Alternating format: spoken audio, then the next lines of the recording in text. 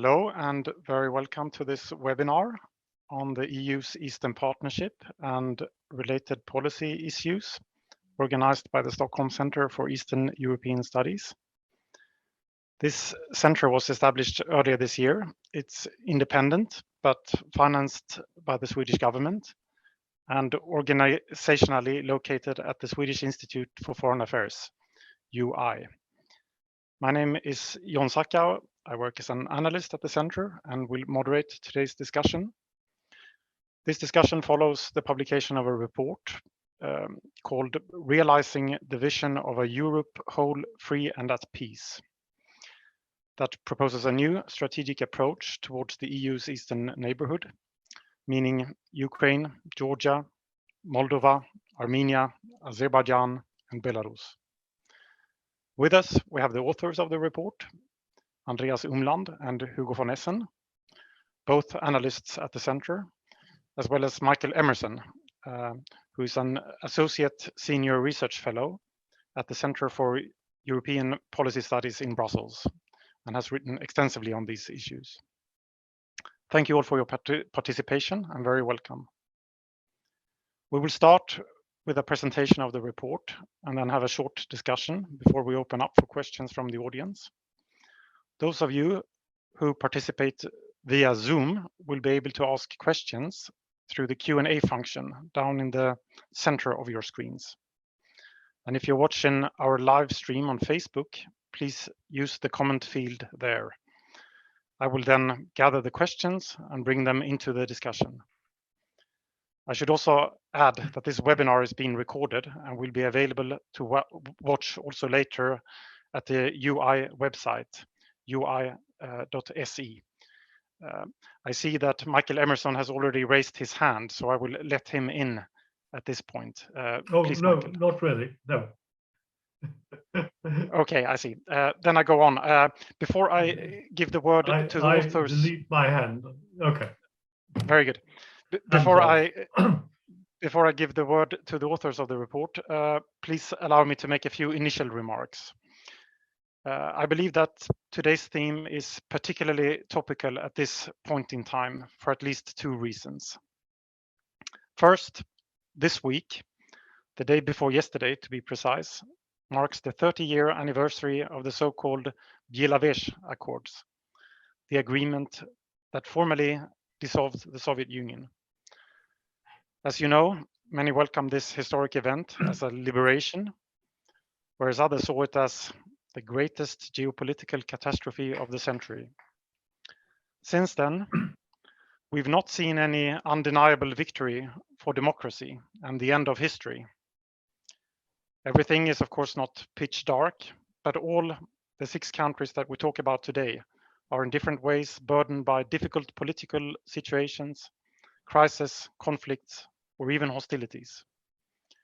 3 of the countries, Ukraine, Georgia, and Moldova, struggle with an unwanted Russian military presence on their respective territories in violation of the European Security Order as defined in international law and OSCE principles and commitments. As regards Ukraine, there is currently also increasing fear that the Russian aggression will escalate dramatically. This was also the main theme of the video meeting this week between President Biden and President Putin. This autumn, we have furthermore seen how the ongoing political crisis in Belarus has acquired a new dimension through the regime's instrumentalization of migration by cynically luring migrants to Belarus and then trying to help or push them into the EU. Belarus has also announced its withdrawal from the Eastern Partnership. And then last year, we saw a war between Armenia and Azerbaijan. Despite a ceasefire agreement, this conflict has not been resolved. Second, next week sees an Eastern Partnership Summit, which, incidentally, comes just after the formation of a new German government and only a few weeks before France assumes the EU presidency. The report by Andreas Umland and Hugo von Essen is not specifically about these aspects, but these aspects, they form a background and they make it appropriate to take stock of where we are and to think about future-oriented policy recommendations. So, without further ado, please, Andreas and Hugo, the word is yours. Thank you very much, John, for this excellent introduction. I would like to start off by thanking Michael Emerson for agreeing to be the discussant in this webinar. It's a great honor and pleasure to have one of the foremost experts in this area with us today. And I very much look forward to his comments, ideas, and perhaps criticism of our report. So basically what we wanted to do with this report is to present a renewed vision of a Europe whole, free, and at peace, and the overhauled strategic approach to the Eastern neighborhood that is fundamental for the realization of this vision. Now, I think we all know what it is, but it deserves spelling out shortly, this vision. And this vision is of a unified, stable, and secure Europe, built on well-governed democratic societies, economic prosperity, and international security, and based on the European security order. Unfortunately, 30 years after the breakup of the Soviet Union, this vision has faded and today needs to be remembered and rejuvenated. And as Eastern Europe is essential for this vision, to realize it, the EU needs a new strategic approach to its Eastern neighborhood. And this approach can and should consist of, different bilateral and multilateral formats for cooperation with these countries, including with other international partners such as the US, the UK, Canada, Japan, and so on. However, in this report, we focus on what we argue to be the most critical framework for cooperation with the countries of Eastern Europe, which is the Eastern Partnership Program, the EAP. So the Eastern Partnership Program was launched in 2009 and have had several positive outcomes since then. Pro-reform forces have been mobilized, EU financial assistance and market access have mitigated financial crisis and hostile Russian trade embargoes. And perhaps most importantly, association agreements with Ukraine, Georgia, and Moldova have improved relations, trade flows, and people-to-people contacts. Nevertheless, the overall picture looks grim. Economic growth has been irregular, corruption has been unmasked but not undone, reforms have been absent, weakly implemented, or even reversed later. Fatigue and a loss of sense for the region's strategic importance has taken hold in Brussels, EU member states' capitals, and in Washington. And worst of all, the Kremlin uses all means at its disposal to reduce the sovereignty, stability, and integrity of the EAP states. So to preserve the positive results achieved so far and build upon them and address the challenges that the Eastern neighborhood faces, and thereby achieve the vision and strategic image of a unified Europe, we argue that the EAP program must be upgraded. And I can go into more specifically later what this entails, but overall, as we argue in this report, this means an enhanced differentiation, deepened integration, reclaimed democratic engagement by the EU, an expanded security cooperation, and a part of this, a strengthened defense against hybrid threats. Thanks. I'll let Andreas continue. Yes, our report is published. It's freely available, open access, both in HTML and PDF format on the site of the UI, the Swedish Institute of International Affairs, and the subsection there on the center of our center. And that's why I want to maybe elaborate a little bit on our motivation for this report, and also ask Michael at the same time, Michael Emerson, what his motivation for his research is. For us, I hope I'm speaking here for you also, Hugo, the motivation was simply that we couldn't avoid not writing on this, being fully aware that we are not the first ones writing on this. And in a way, we are all pupils, students of Michael Emerson's work. And of course, we are duplicating here many of your ideas. We're in a way even plagiarizing them. But for us, it was sort of an urgent topic. And for me personally, there are sort of different urgencies in writing something like that. There is first the sort of idealistic concern for a united Europe, as our title says. But there's also, for me, and Hugo can perhaps say about his motivation, also a separate motivation in that, you know, I'm by my family affiliated with Eastern Europe, and I think that the Eastern Partnership Program, what the EU is doing in this sort of gray zone that there is currently between Russia and the European Union, this is really the best chance that these nations have. And there is something, and we indicate also in our report that in a way there's no other way, because the region that we are writing about here is a common neighborhood with Russia, and there's also a competition about this region going on. In Russia, this is very much seen as a geopolitical competition. We don't see it that way. We think that Russia basically also needs to be a part of a united Europe. But this other vision that Russia is proposing to these countries, I think is a wrong vision, and we see that in Belarus and we see that in Armenia, those countries that have sort of fallen under the influence of Russia while being at the same time a part of the Eastern Partnership region. And one could even have yet another fully different motivation for such research, and that's why I'm also asking here Michael Emerson maybe to briefly elaborate on this, apart from the two reports that we have here already put in the chat of his center, of his working group. Maybe on the motivation of your working group, there can be yet another motivation for this, namely a motivation just for the stability of the world order, because what we are seeing, of course, in Eastern Europe has wider implications that go far beyond Eastern Europe.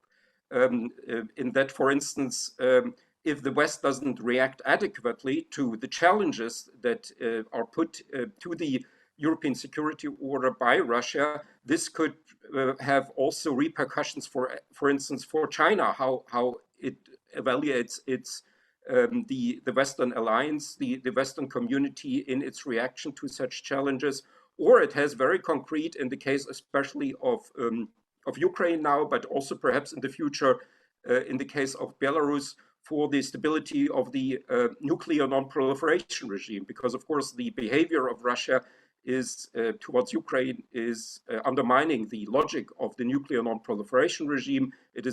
Russia is an official nuclear weapon state. Ukraine is an official non-nuclear weapon state, and that is of course creating lots of problems. That's why I think there are different motivations for engaging in Eastern Europe. All of them are weighty. Some are more idealistic, some are more realistic, one could say. And in a way, we have no other choice as Europeans, and also just as responsible citizens and researchers, to engage with the regions, because if we don't, then the repercussions could be not just for the region itself, but for the whole of Europe, and arguably, as I just indicated, for the whole world, could be grave. But now I give back to Hugo, who will elaborate before we then turn to Michael Emerson, just briefly on the 4 recommendations we have formulated in our report. Thank you, Andreas.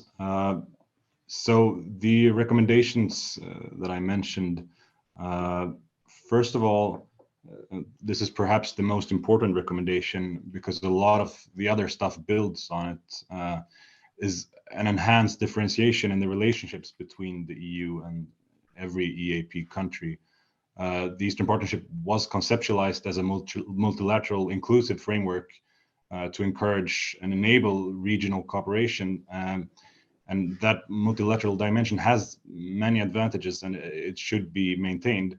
However, to tackle the problems that each of these countries faces, and to allow each country to choose for itself its level of cooperation and integration with the EU must further differentiate and intensify its bilateral relations with the countries. And we argue that this is especially the case with this association trio of Ukraine, Georgia, and Moldova, that want to take their relationships with the EU further and do not want to be held back by less reform-willing countries.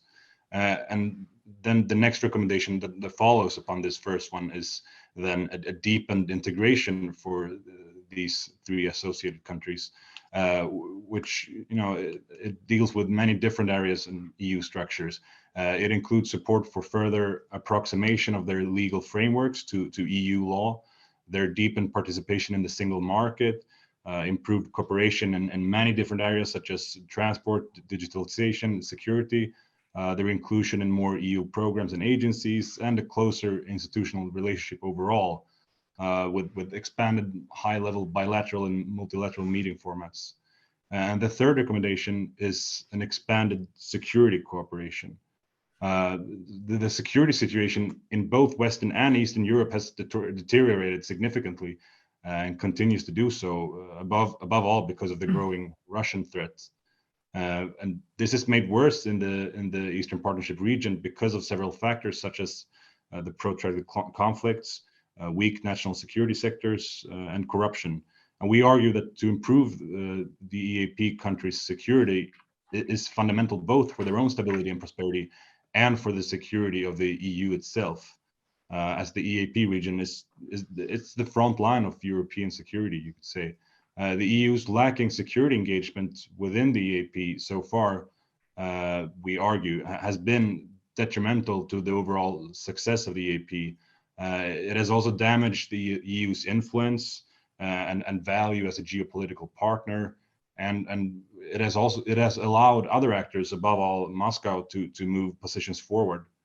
And the fourth recommendation, which is a central part of an expanded security cooperation, is a strengthened common defense against hybrid threats.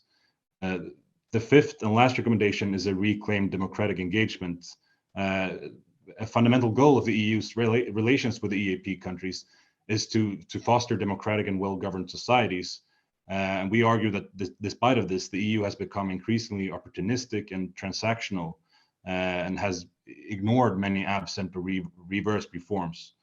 And thereby the EU has lost credibility, undermined its own agenda, and so forth. And while geopolitics cannot be ignored, Russia cannot be ignored, but the EU should not abandon its primary policy instrument, which is its normative power.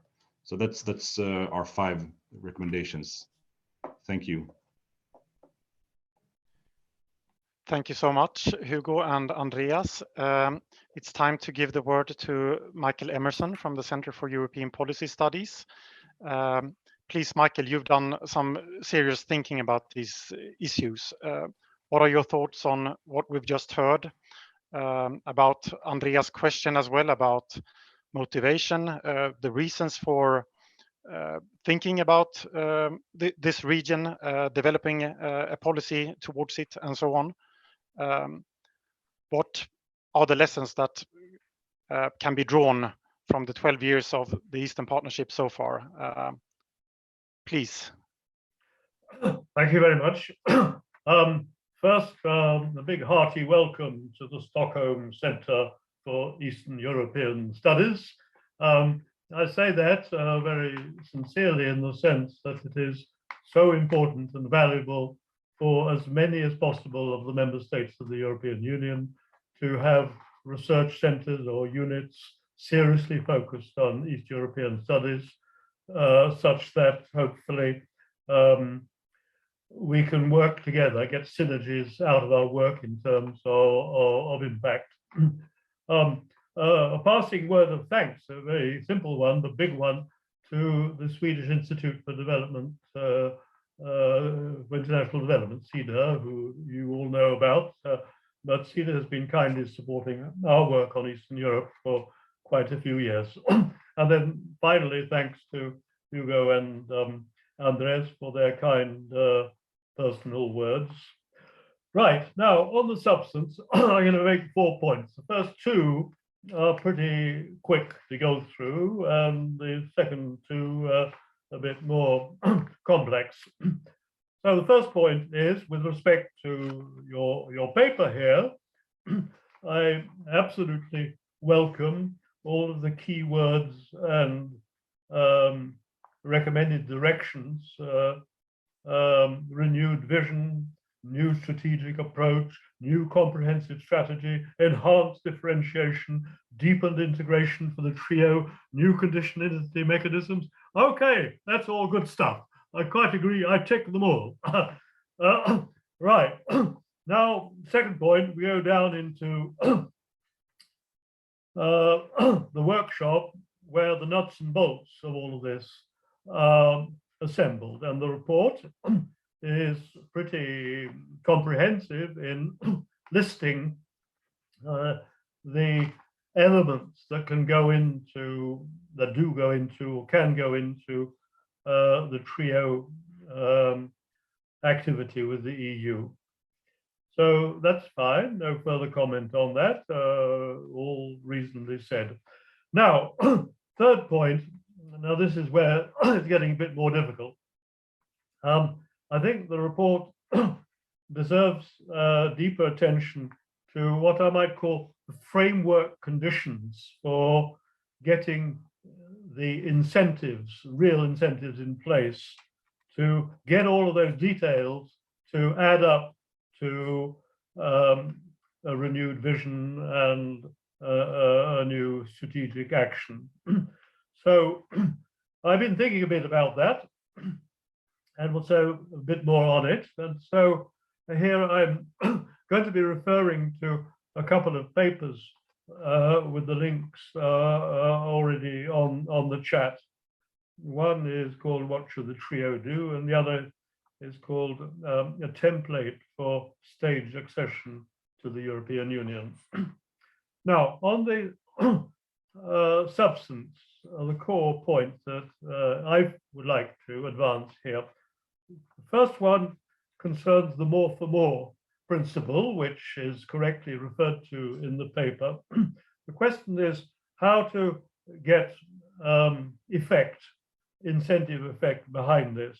And for that, we are proposing, I say we because they're co-authors of mine in the papers I referred to. We've been experimenting with quantified ratings of the performance of the trio states and the Balkan states under all of the roughly 30 chapters of both the enlargement process and the association agreements and DCFTAs. And so our proposition to the Commission is that their annual reports, particularly for the Balkans, are very detailed and are kind of getting into this rating business in that they summarize pages and pages of detailed reporting with words like good preparedness for accession or moderate preparedness or not so good preparedness. So they're using code words that is getting close to ratings. We suggest that all this should be sharpened up and given quantified ratings, which allows the numbers to be added up and averaged with suitable weightings. And that could be giving a more objective and solid basis on both sides for performance and for commitments. Okay, that's the first point. Second one that you also refer to is the issue of possibly enhanced or progressively increased participation in the institutions of the European Union. You quote one example, like the EEA countries are able to participate in some meetings of internal market councils.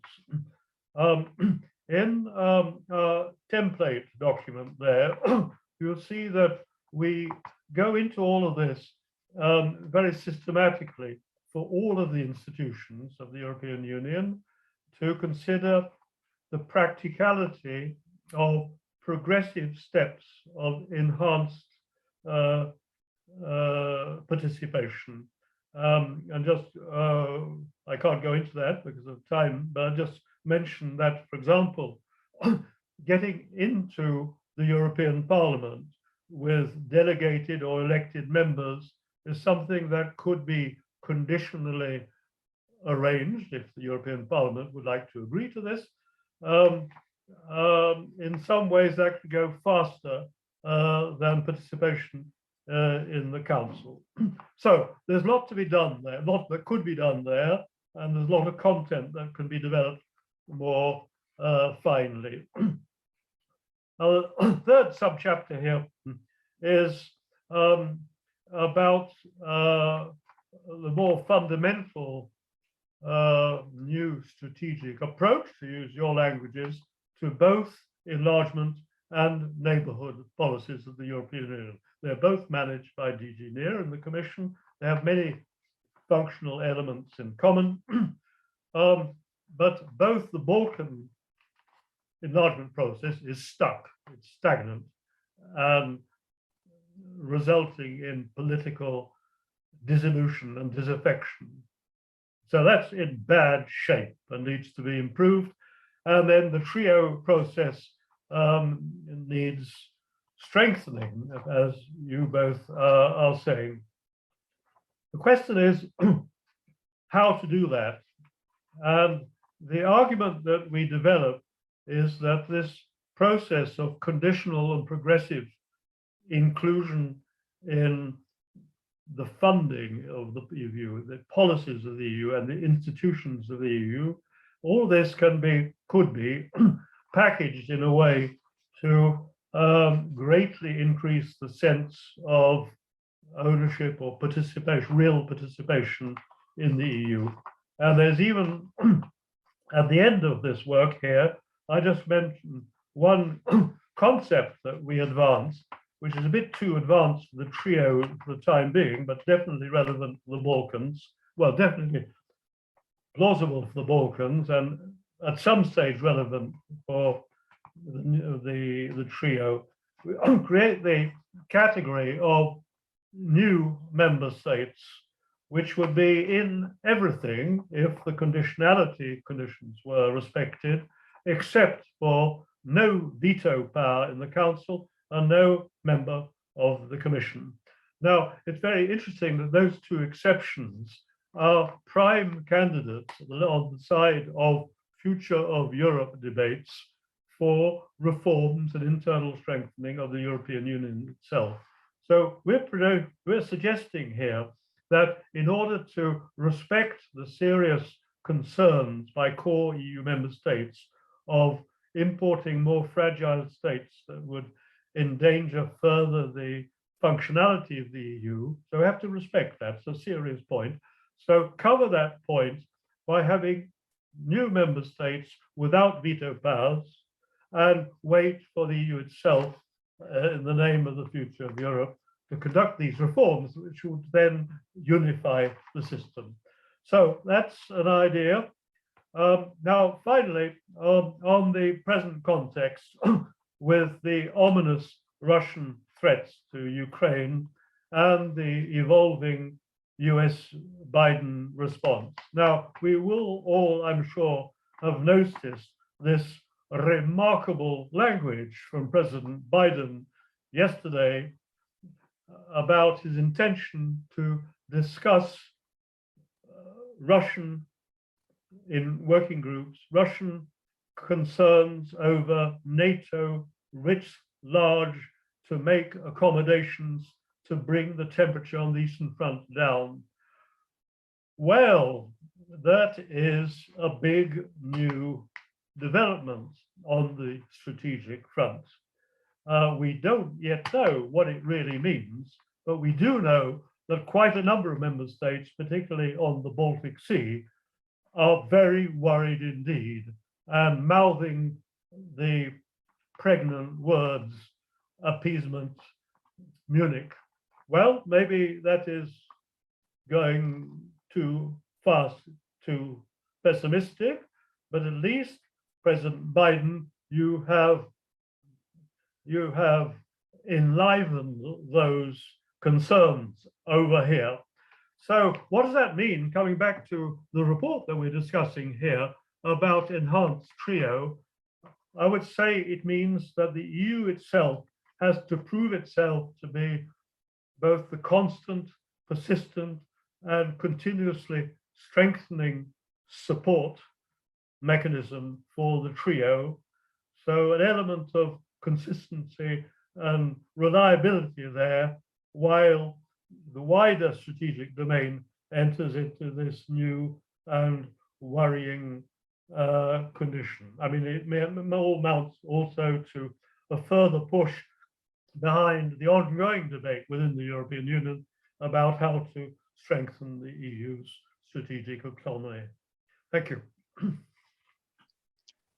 Thank you so much. I believe that we have rather similar overall views of the neighborhood. Very good introduction from Hugo and Andreas, and then recommendations as well that were then expanded upon by Michael Emerson, who also added some very concrete recommendations for the workshop in terms of the conditionality, working with the more for more approach through quantified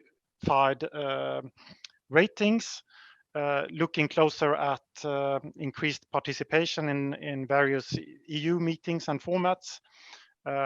There's also a systematic overview of this in one of Michael's reports.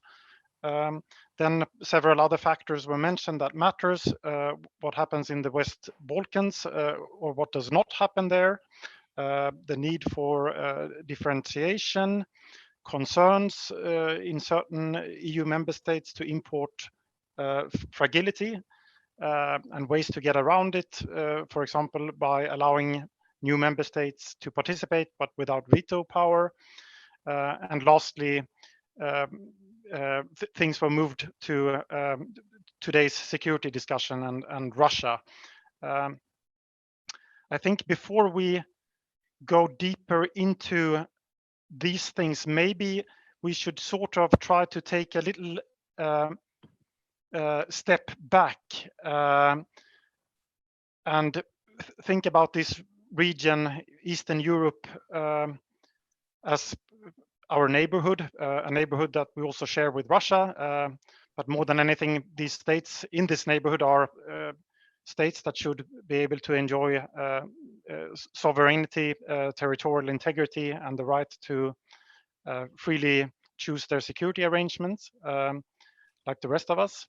But sort of, if you could say something about why this region, why these countries matter at all to us, or why they should matter. Andreas and Hugo, you mentioned in your report initially that these countries, they are not just neighbors to the EU, they are European states. That is perhaps not given for everyone.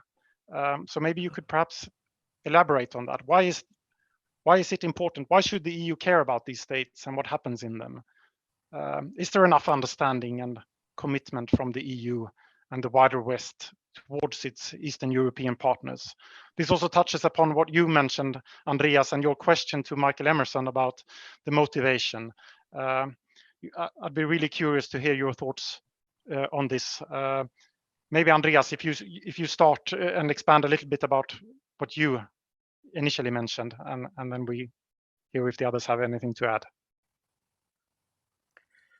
What Michael Emerson just outlined, this sort of staged rapprochement or staged approximation, or one could even say staged integration, if I understood you correctly, reminds me actually of my undergraduate seminars on European integration in the early 1990s, and the concentric circles of what we've learned then. I think it was actually already then connected to the name of Jacques Delors and the sort of this Europe that consists of different circles of countries. And I also see it very much this way, that that there should be this staged rapprochement. What I'm observing in my conversations, for instance, in Germany, is, however, that there has been a growing skepticism towards this model, and sort of a disillusionment with the idea of a united Europe, because it seems to create a lot of problems. Yeah, and sometimes I also feel reminded when we for instance, use this term vision of an apocryphal saying of the former German Chancellor Helmut Schmidt, who once said that people who have visions, they should see a shrink, perhaps. It's not quite clear whether he really said so, but allegedly. But the issue that we were trying to make in the report, and that I was also trying to get perhaps a comment on from Michael Emerson, is really that the EU and that we don't really have another choice also in a certain sense than to engage with these countries, because they are part of Europe, they are very close to us, and they are also important for our own security in the European Union, and that there can be different motivations, as I said, for engaging with these countries and implementing this rather old vision of a united Europe. You know, I think what Michael has outlined is basically a continuation of our idea of the advancement of the Eastern Partnership then into something that would actually be an elaborate path towards an ever closer approximation, if we use this word, without yet raising the unfortunately sort of touchy issue of a membership perspective and of actually starting negotiations for a membership. I always thought that this whole idea that a membership perspective is something that binds the European Union in a way, and that is sort of something that the EU cannot do, is after the experience that we have with Turkey, which already got a membership perspective then in for the European community in the early 1960s, is an overdrawn fear, and that even a membership perspective would not yet be a plan or a time schedule or something like that. And that's why I think actually that Michael Emerson's proposal here of this rapprochement, this integration below the membership level, is a very useful one, and is sort of taking care of these, as I then see them, overdrawn fears. Thank you. I should add as well that it's possible for the audience to ask questions. Please use the Q&A function down in the middle of your screens if you're with us on Zoom. And if you're watching on Facebook, please use the comment field there. Please state your name and affiliation if you have one. And I will then gather the questions and bring them into the discussion. But maybe please, Michael, would you want to add something to this? Yeah, just waiting for the Q&As to pop up. I would just respond to the question that you put to all of us. Why does Eastern Europe matter? Well, I think it's rather clear. The trio states are the front line of European political values, when on the other side of this front line, it's a different world of autocracy and repression. And so supporting the trio is supporting ourselves, and to disregard them, not do anything, you would be inviting the reassembly of a Putin neo-Russian empire. So if that's what you want, that's the way to do it. If you don't, support the trio. I have a question actually to Andreas, which is partly following up on one of the first question that we've seen in the Q&A down here, which is not very precise, but it's all about what is really happening to these countries, East European countries, as societies in relation to say, core EU. Andreas, you've been in Kiev for all of these times. My impression, but the question is to you whether you confirm this or make it more credible, is that in the last decade, Ukraine has been becoming much more of what we might call a normal European country, in particular the younger generations.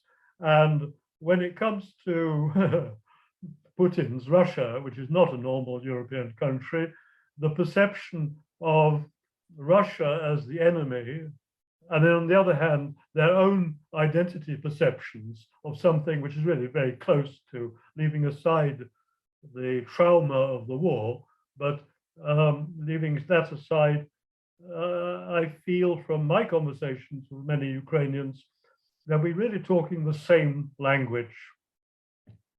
Is that so?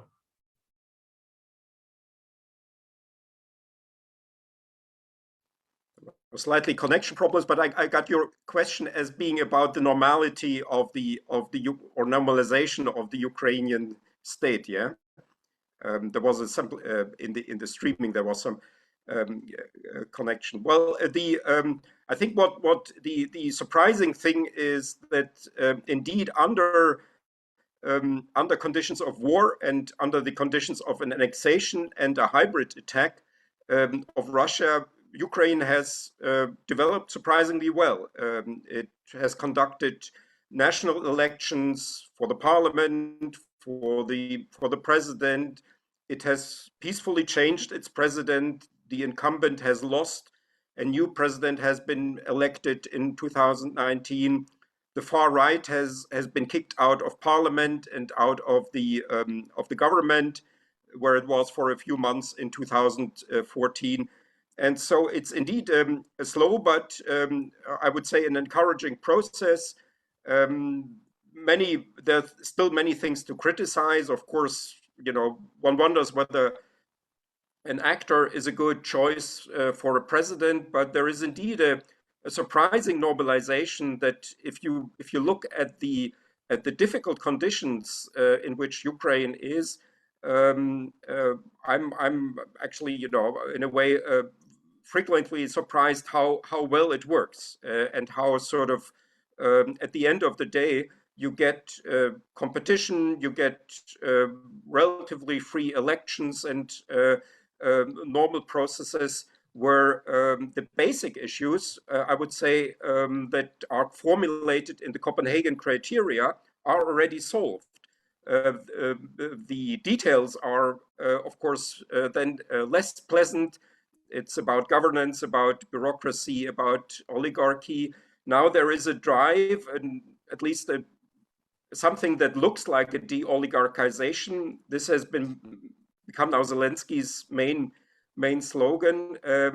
And that is also, I think, something that will then have wider repercussions in case it succeeds for the whole post-Soviet region, because this corruption, the so-called oligarchy, or what is in Western political science called patronal politics, is of course the key issue in all of these countries, including and above all Russia. And but what will come out of this new drive is so far difficult to say.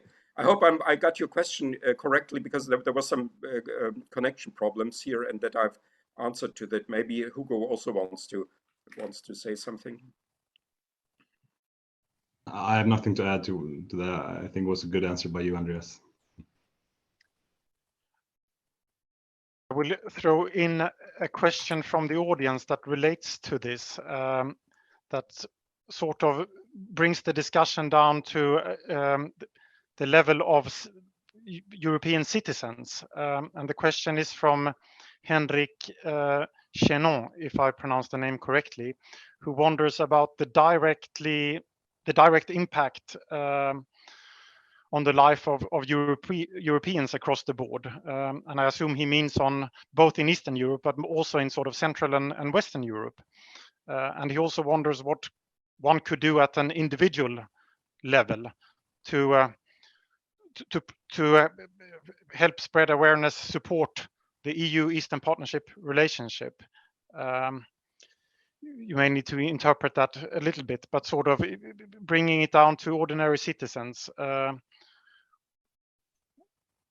What are your thoughts there? Please, would anyone like to start?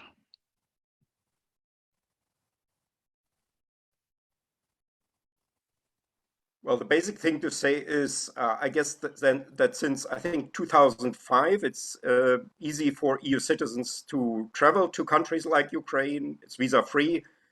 you can come without problems, and then see yourself basically what what is something that you're interested in that bothers you, and I guess that can be a first step, and to have a look on countries like Ukraine, like Georgia and Moldova, and see by yourself. There are of course plenty of things that can be done. There's also a lot going on the civil society level.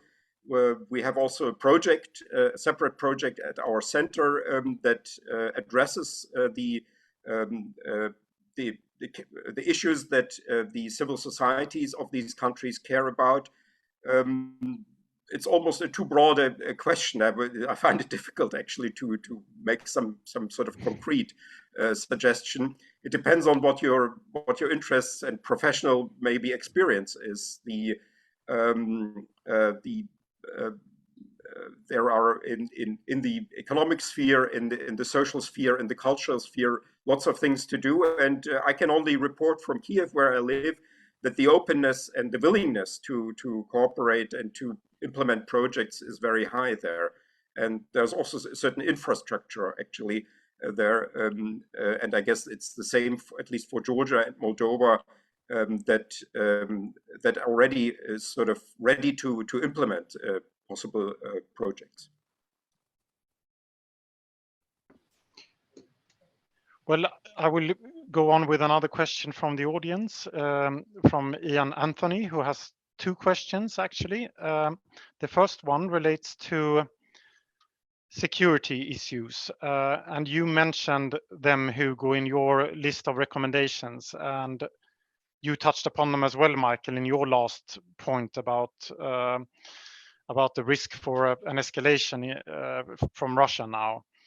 And Ian Anthony's question is whether the EU should not really discuss security matters more upfront and not just hybrid threats, important as they are, but these countries, they face very kinetic threats.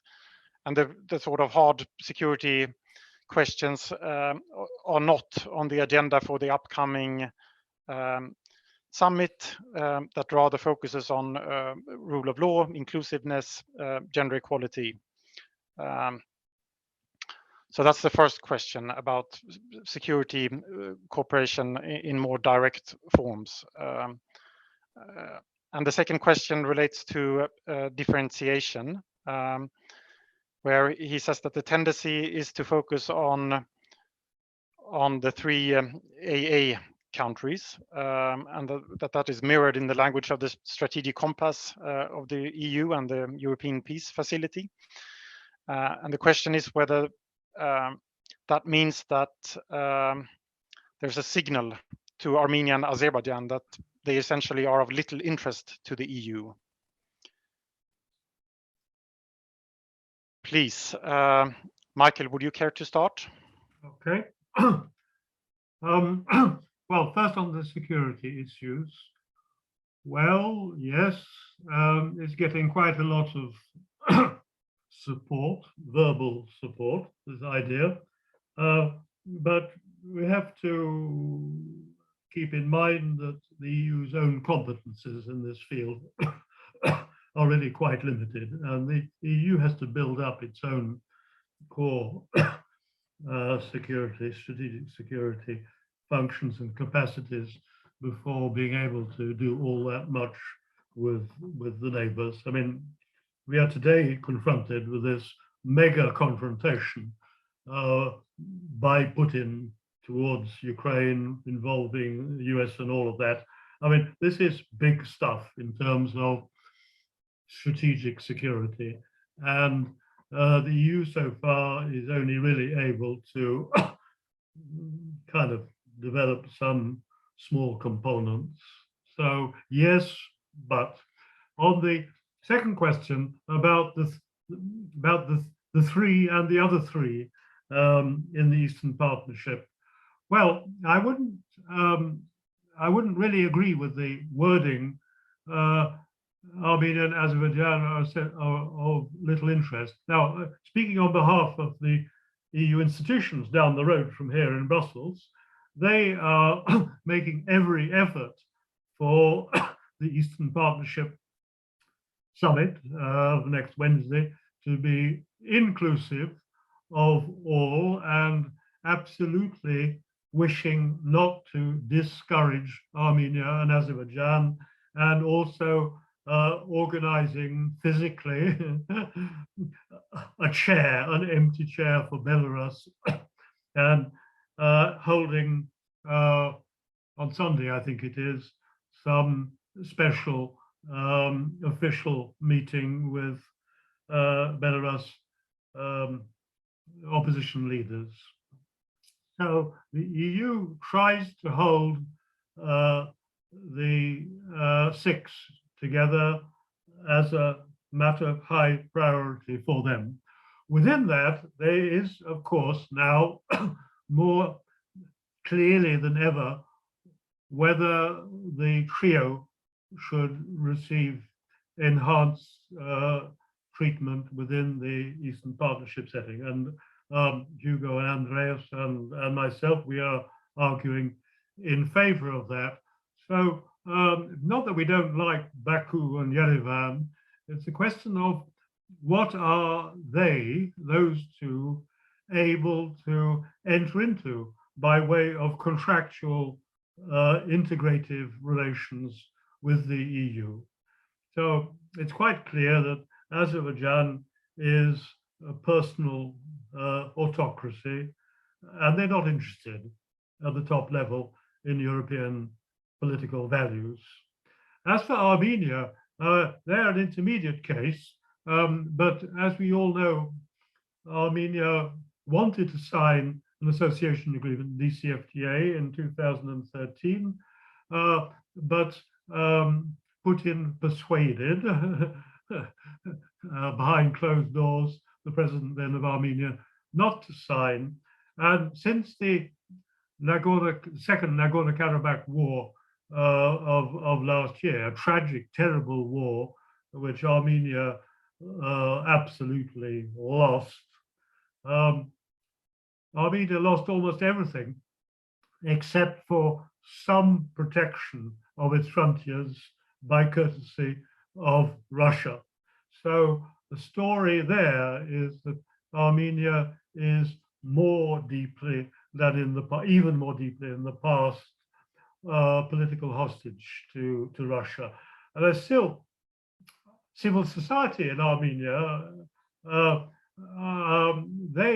a lot of good civil society organizations and partners for institutes like our own here who speak the same language and would like to come in the same direction. And actually, that is one reason why the Eastern Partnership, which is a very shaky business, its most valid activity at the level of the Eastern Partnership of the six is indeed the Civil Society Forum, where there are still even very, very excellent Belarus as well as Armenian and Azeri participants. So that's what can be done, but the limits are very serious also. Thank you very much. We're slowly running out of time, but please, short comments, Andreas or Hugo. Andreas raises his hands, please. Yes, I also wanted to comment on the security issue. I mean, the paradox here with the EU is that, of course, it is an unexperienced, let's put it that way, security actor. But the main security issue here for these countries, the association trio, Moldova, Ukraine, and Georgia, is Russia. And the EU is the largest trading partner and also the largest foreign investor in Russia. So there are obviously there's other leverage than purely security instruments that the EU would have, but unfortunately does not use to a sufficient degree. Maybe that is a separate discussion. I think also it was very good that Michael mentioned the abortive signing of the Armenian Association Agreement and the DCFTA in September, I think it was 2013, where after a meeting with Putin, Sargsyan, the then president, announced that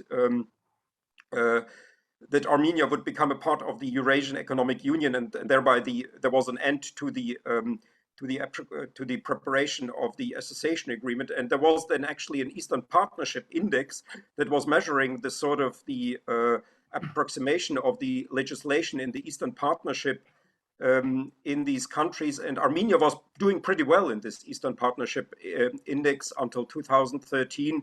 And although there was no chance that a signing of an association agreement with Armenia could be a preparation, so to say, of Armenia entering NATO, an argument that has often been made with regard to Ukraine, that the association agreement with the EU is not really about the association agreement and free trade, but it's really a first step of Ukraine into NATO. Although there was no chance that Armenia would enter NATO because it was a member of the CSTO and is a member of the CSTO and is actually in a conflict with Azerbaijan, which in turn is in alliance with a NATO member. So nevertheless, Putin made sure that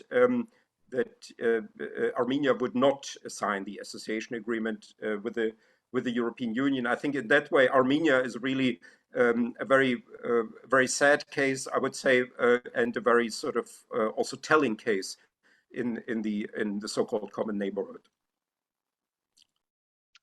Hugo, you yes, want to add something?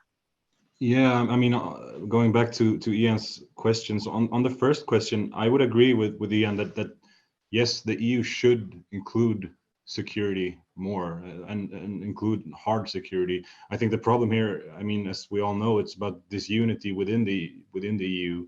It's also about, you know, what I would say misguided ideas about not wanting to provoke Russia and so forth. I think as like we've said in the report, that it's a big mistake that the EU doesn't engage more in security questions. And I think it has to do with, I mean, this is important for many reasons. I mean, the security is linked to the overall reform process. I mean, corruption, for example, is a big security problem, and without fighting corruption, you can't improve the security situation. So for security, it's essential, you know, for the success of reform progress in sectors such as law enforcement, the judiciary, not only in the military. And there are a lot of authors who argue for more security engagement. I mean, you had this the security compact, which I think is an excellent. I mean, like Michael's report, this security compact, it's a good way to spelling out the details of how an increased security engagement would look like. And I mean, it would build on already existing structures such as PESCO and the European Defence Fund, so forth and so on. And very quickly on Ian's second question about losing Armenia or Azerbaijan, I think that question is interesting because it reflects a fear that I think is a big. This fear is a big obstacle to further differentiation, because people think that, okay, further differentiation means we leave the others behind. But this misses the point that the multilateral dimension is vital for many reasons. It's an excellent format for regional cooperation. It increases the country's collective, you know, clout visibility versus Brussels. It's something that must be maintained. So it's kind of a false question, because increased differentiation doesn't mean that we drop out of the multilateral track. I think that's important. Thank you. Thank you. We need to wrap up, but I would like to ask you if you have one single message each for the audience to conclude things, a sentence or two, starting with Michael, then Hugo, and then Andreas. Please. Well, I think my message is partly reflecting the fourth question about the European security order that I see on the chat. my message would be that the European Union has to make a really good job of what it is well equipped to do. Regarding the European security order, there we open up a whole vast subject matter for debate. But let us say, within the European Union, we have a pretty good idea what our security order is. That is, we are a community of states for whom, or between whom, war is unthinkable. That is a qualitative condition of primary importance. And we observe also that with Ukraine, Moldova, and Georgia, war between us and them is also unthinkable. So in a sense, they have joined our fundamental conception of a security order. But then, of course, there's the other concept of security order, which involves the rough world of realpolitik and military power, about which I don't want to say anything more for today. Thank you. Hugo? Yes, building on what Michael said, my last point will be, very shortly, that we need to renew this vision of a unified democratic Europe. And we need to remember why this vision is important. It's about, not only Eastern Europe, it's about the security of all of Europe, including, here in Stockholm, Sweden. And the alternative to this vision, the alternative to the European security order is not, status quo. The alternative is Russia, instead replacing it with a security order where some states are less sovereign than others. And finally, to achieve this vision, to uphold the European security order, we need to cooperate more with the Eastern neighborhood. Thank you. Thank you. And last but not least, Andreas. Well, as Hugo has almost said already everything I wanted to say, I can only add that the odd situation that we are in is that, as I already indicated, the EU has enormous power, I would say, economic power, normative power. One could argue it doesn't really need military power because it has other leverage, and that for its own sake, so to say, and for the sake of the European idea, I would hope that either the European Union or at least a coalition of the willing within the European Union should use this power that the EU has, or that the European countries have, to secure its own neighborhood, both for the countries there and also for its own security. Thank you so much, Andreas Umland, Hugo von Essen, and Michael Emerson, for today's thought-provoking discussion, as well as to the audience for listening and contributing with very good questions. I think we could have gone on for another hour without any problems. Those of you who have not read the report, please have a look at ui.se, where you will soon also find a recording of this discussion, as well as plenty of other interesting reports on Eastern Europe. If you're interested in the topic, please also look up the reports by Michael Emerson. Links were posted in the chat, and you will also be able to find them on the website of the Center for European Policy Studies. On ui.se, you now also have the possibility to register for another webinar on Eastern Europe that will take place on Monday, the 13th of December. This event will focus on security and human rights issues. We touched upon those today as well, the European security order and so on. The event on Monday is organized by us at the Stockholm Center for Eastern European Studies, together with two Polish counterparts, PISM, the Polish Institute of International Affairs, and OSW, the Center for Eastern Studies in Warsaw, which should be of particular interest given that Poland in just a few weeks takes over as chair of the OSCE from Sweden. Again, thank you very much. all the best from Stockholm. Stay safe out there.